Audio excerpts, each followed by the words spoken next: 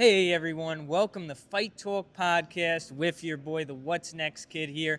I am here with Dalton Smith, the current WBC champion of the world. How's it going, brother? Well, tell me about this up and coming fight you got where you're defending your championship title. Yeah, so October the 24th, back in my hometown of Sheffield, Alberto Puello. It's going to be a good fight. He's a great champion. I know he's coming to, I've got a target on my back now. He's coming for the belt, so I'm going to be well prepared. Is this fight where fans see the best version of Dalton Smith? I think so, yeah. Obviously, my last fight, I was able to prove I was, at the world level. I won the world title, but now I want to continue to, go through these guys, go on to chase the biggest fights possible, and it's just about taking one fight at a time, but showing my skills at the same time. Are you looking for a knockout or are you happy with a disciplined performance? Look, we always prepare for 12 rounds, but if anything happens earlier, it's a bonus. But we train, we prepare for 12 hard rounds, and anything less is a bonus. What's one adjustment you made in a fight that needed to be made or you would have lost? I think there's a few fights throughout my career. You go in, you have certain game plans, and sometimes you've got to be able to adapt. And I think that separates the difference from the average fighters to the world class. You've got to be able to adapt inside the ring, and I feel like I've shown and done that. Do you believe you're ready to capture other titles after this defense, like the WBO, IBF, all of them? Of course, I want to. I've won one world title, and there's another three to capture. I'd love to win a Ring magazine, and yeah, I want to be a part of the biggest fights possible. And the 140-pound division is stacked, but I always focus what's in front of me, and that's October the 24th. Eddie Hearn has called you one of Britain's brightest stars. Does that add pressure or confidence at all? No,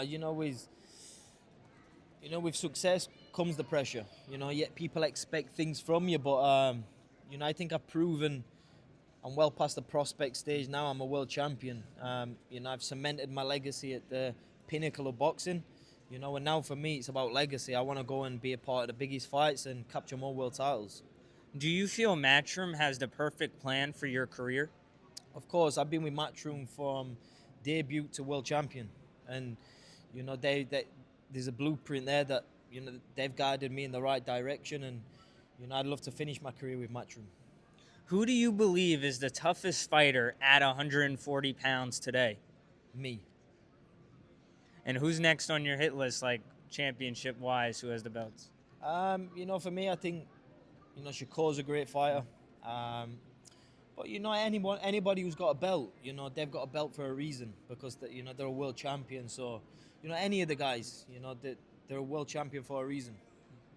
Outside the ring, what keeps you grounded? Family, good friends, friends I've had from school. Hobbies. I've been fishing today on the lake. I didn't catch anything, but I was out there fishing.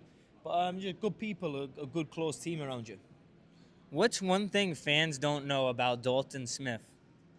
One thing they don't know, I'm not a bad cook, but I barbecue anyway. When your career is over, how do you want to be remembered? I want to be remembered as a great champion. Somebody who never avoided anyone, somebody who was in great fights, and just a humble guy. Finish this sentence. Nobody at 140 pounds beats me because I'm the best. What's the biggest misconception about Dalton Smith? I think because I'm not the loudest. I don't go out there trash talking.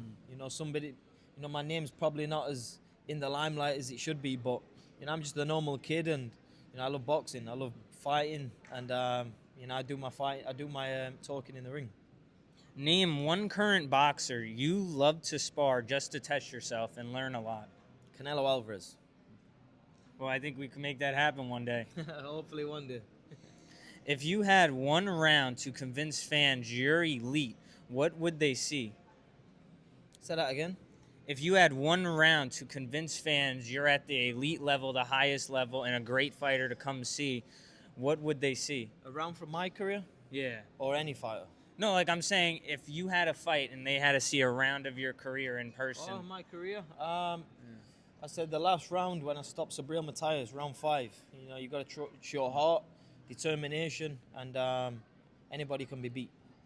5 years from now, where will you be? Where do you see yourself? Fat, rich, and happy. Well, listen, that's really all the questions I have for you, but I got to ask you, what brings you here?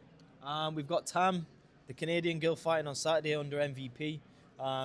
You know, she's going to be the Canadians' next world champion. So I'm here as a coach, you know, getting some training in.